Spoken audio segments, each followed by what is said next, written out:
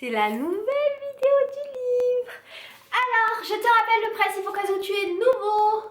Donc, dans ce livre, il y a tous les jours des questions auxquelles je réponds. Je fais des vidéos pour dire ce que j'ai répondu aux questions, machin. Le livre me pose des questions tous les jours et ce pendant 5 ans. Et ça permet de voir sur 5 ans comment on a évolué dans notre réponse à la question. Et c'est pas très simple, c'est pas très clair ce que je t'ai dit. Bon, regarde. Une question, 5 années. On répond, et puis on en parle ensemble, et puis dans les commentaires, tu peux dire ce que t'en penses. Et puis voilà, la vie, ben... Allez, c'est parti. Donc la dernière fois, on en était au 15 mars, où on nous demandait de quoi on n'avait pas envie de parler, donc on avait arrêté de parler, vu qu'on n'avait pas envie de parler. Le 16 mars, le livre me demande... Pardon. Le 16 mars, le livre me demande que voudriez-vous acheter. Et je lui ai répondu qu'en fait, j'aimais pas tellement acheter de choses, j'aime pas les trucs matériels. Donc il n'y a rien dont j'ai vraiment envie ou besoin. Et puis après en cherchant bien, parce que bon, en cherchant bien je lui disais que je rêve d'avoir un tourne-disque. Je l'ai commandé au Père Noël mais je ne l'ai pas eu. Je rêve d'avoir un Lomokino. Lomokino c'est une petite caméra sur pellicule. Qui est super rigolote et qui est de la marque Lomographie que je vais pas tarder à acheter et je te ferai plein de vidéos rigolotes avec ça, enfin rigolotes je sais pas mais vidéos oui. J'aimerais bien aussi des billets d'avion pour partir loin donc voilà, si tu veux m'envoyer des billets d'avion, si t'en as dont tu te sers pas, tu penses à moi. Le 17 mars, est-ce que j'ai... Ah ça me gratte. Est-ce que j'ai vécu une expérience inédite? Donc je lui ai demandé au livre si c'était à venir ou déjà vécu ou aujourd'hui. Parce que là je lui ai dit aujourd'hui rien, à venir oui, je vais partir faire un mois de camping en Australie. Yeah. Et je t'ai pas dit, normalement en juillet, je dis normalement, on ne sait pas dans la vie. Mais si tout se passe comme je veux, en juillet je pars faire un mois de camping en Australie. Je vais faire toute la côte ouest avec Faridou et une pote et de toute façon je vais tout vlogger donc tu sauras tout, tu feras le mois avec nous et on va faire toute la côte ouest de l'Australie et on dormira dans notre tente et ce sera rigolo. Donc voilà, ça ce sera une expérience inédite parce que j'ai jamais fait de la tente. 18 mars, votre spiritualité en 3 mots, j'ai mis Dieu, les anges et l'amour. Voilà, c'est à peu près ce en quoi je crois. Le 19 mars, il m'a demandé quelle était mon éthique professionnelle. J'ai pas répondu. Je sais pas pourquoi j'ai pas répondu. Je crois que j'avais la flemme, mais là j'ai encore la flemme. Voilà. Mais globalement, j'essaie d'être le plus juste possible. C'est une bonne réponse, ça. Le 20 mars, le dernier livre que j'ai lu. Je lis plein de livres en même temps. Plein. Donc c'est assez difficile. Mais le 20 mars, qui était il y a pas longtemps, j'étais en train de lire les 5 regrets des patients en fin de vie. Alors oui, ça a l'air un peu triste, mais en fait c'est trop bien. Je suis assez fascinée par tout ce qui touche à la mort, le avant, le pendant et le après. Parce qu'en fait c'est pas quelque chose dont j'ai peur et c'est pas...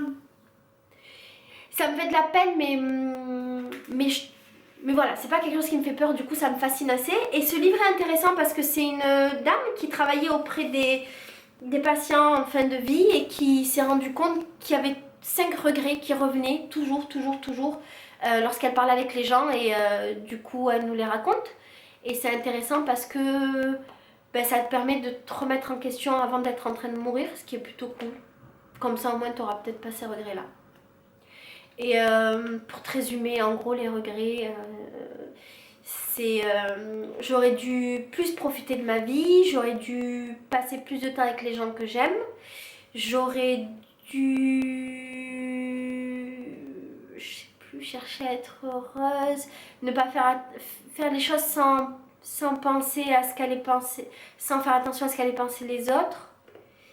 Et je sais pas, mais globalement, en fait, toutes les réponses, elles disent la même chose, il faut être dans l'instant et profiter réellement de l'instant et des gens qu'on aime et se détacher beaucoup du matériel pour revenir à des choses un peu plus essentielles. Voilà, et moi je trouve que l'amour, c'est ce qu'il y a de plus essentiel, c'est mon délire. Le 21 mars, la première chose que vous avez avalé aujourd'hui. Alors j'ai avalé du lait d'amande parce que je bois plus de lait de vache. Le 22 mars, petit reportage tiré de la journée qui vient de s'écrouler. S'écouler, pas s'écrouler. Alors le 22 mars, c'était une journée peinture, film, cuisine, du gâteau au pot de banane raté et 2 vidéos pour YouTube et un article qui fait du bien. Voilà ce que j'ai fait le 22 mars. Ouais, j'ai fait un gâteau au pot de banane. Je sais pas s'il y a déjà la vidéo, peut-être qu'elle traîne par là. Il était raté mais il était bon. Farid sait pas que c'était un gâteau au pot de banane.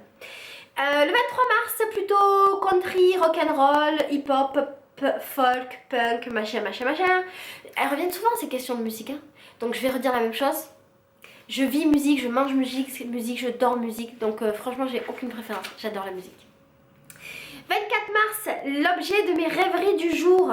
Le 24 mars, je rêvais de futur, de mes projets professionnels. Je me demandais si ma nouvelle activité de rédactrice allait fonctionner ou pas. Est-ce que mon blog allait durer? Et je me demandais si j'allais continuer à être heureuse tous les jours de ma vie, comme je le suis. Parce que je suis heureuse tous les jours de ma vie.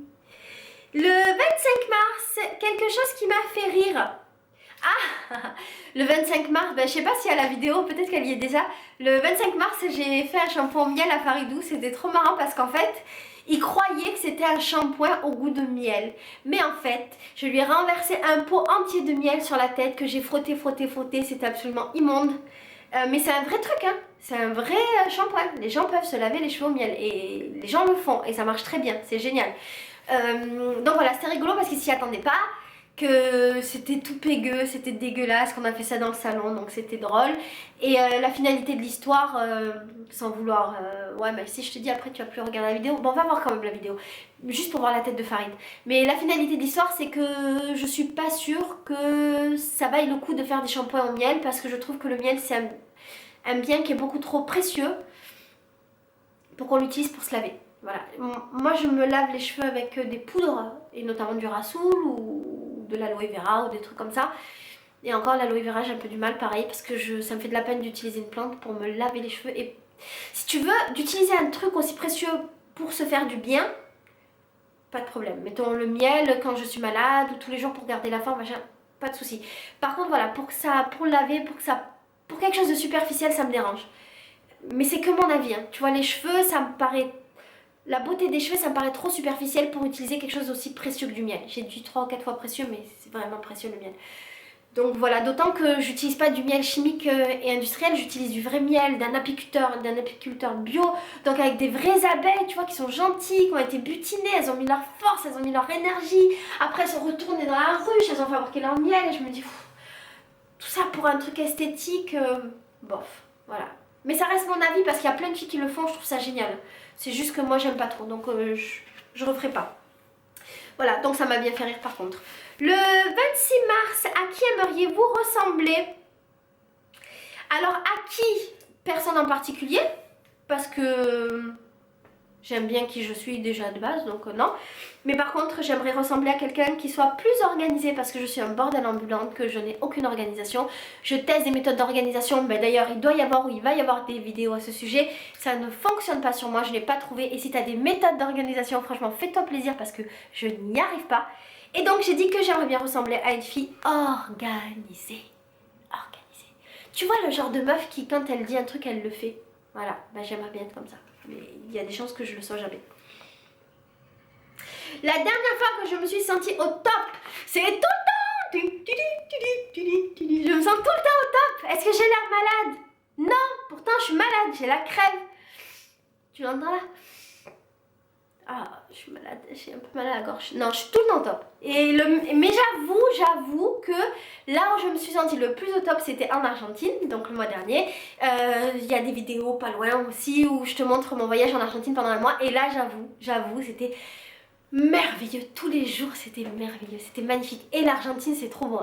Il faut que tu imagines un truc qui est immense. C'est immense. Et il y a des ciels qui sont 10 fois plus grands que nos ciels à nous. C'est trop bizarre. Avec des étendues désertiques magnifiques, et t'es au milieu de ça, et tu te sens à la fois tout petit, mais tu te sens à la fois complètement dans le monde, tu fais partie du tout, et c'est une sensation qui est magique. Donc voilà, c'était là où je me suis sentie le plus au top. Et j'avoue aussi que le meilleur moment, c'est quand on s'est réveillé dans... En fait, il y a eu une nuit où on s'est fait prendre en stop, on était en galère et on savait pas du tout où dormir. Et on n'avait pas de tente parce que finalement on a eu la flemme d'amener une tente avec nous en Argentine. Et en fait, au milieu de la nuit, donc on a un mec qui nous prend en stop. enfin non, en fin d'après-midi, le mec nous prend un stop. Et il faut savoir qu'en Argentine, les routes sont hyper grandes, donc tu peux durer genre 5 heures ou 10 heures sur la même route et sans croiser personne, tu vois, donc c'était vraiment chaud pour nous. Et il arrive minuit, et on arrive à l'intersection, donc le mec tournait là-bas, et nous on devait aller là-bas. Mais il était minuit, et on savait pas où dormir, et le mec nous demande en espagnol, qu'on parle pas et qu'on comprend pas. Il nous demande où est-ce qu'on va dormir, donc nous on lui explique qu'on sait pas et qu'on va sûrement dormir dans la pampa, là, dans le désert. Et ce qui était vrai, on comptait mettre les vestes et puis dormir par terre comme ça, là, comme des clodos. Et en fait, il a eu de la peine pour nous, il est trop gentil mec. Il a eu de la peine pour nous, il a arrêté son camion, il a sorti ses couchettes et en fait, il nous a fait un lit dans son camion. Un lit pour lui, un lit pour nous. Et déjà, ça, c'était génial.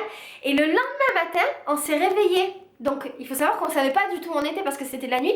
Et le lendemain matin, on s'est réveillés de bon matin à 7 h au milieu du désert. Et c'était mais magnifique avec le lever du soleil. Le soleil était rouge. Enfin, je crois qu'il était rouge. En fait, dans ma tête, il est rouge, mais peut-être dans la vraie vie, il n'était pas rouge. C'est très possible. Mais on était au milieu du désert avec un soleil immense qui se réveillait à 7 h du mat, avec l'air frais. Enfin, c'était magique. Voilà, donc c'est là où je me suis sentie le plus au top ces derniers temps. Alors, le 28 mars. Eh mais c'était il n'y a pas longtemps, ça. Quel souvenir conservé de cette journée écoulée? J'étais au concert de Zoufres Maracas. Tu connais Zoufres Maracas? C'est un groupe que j'adore et du coup, c'était génial parce que le 28 mars, j'en pouvais plus, j'étais à mon concert. C'était merveilleux, personne n'a voulu venir avec moi parce que personne autour de moi n'aime ce groupe. Du coup, j'ai été toute seule et j'ai vlogué ma soirée sur Instagram et j'ai fait chier tout mon Facebook. Je les avais prévenus, je leur ai dit les mecs, si personne vient avec moi, je vais vous faire au moins 50 vidéos dans la soirée. J'ai fait au moins 50 vidéos dans la soirée, j'ai saoulé tout le monde, mais ma soirée était merveilleuse.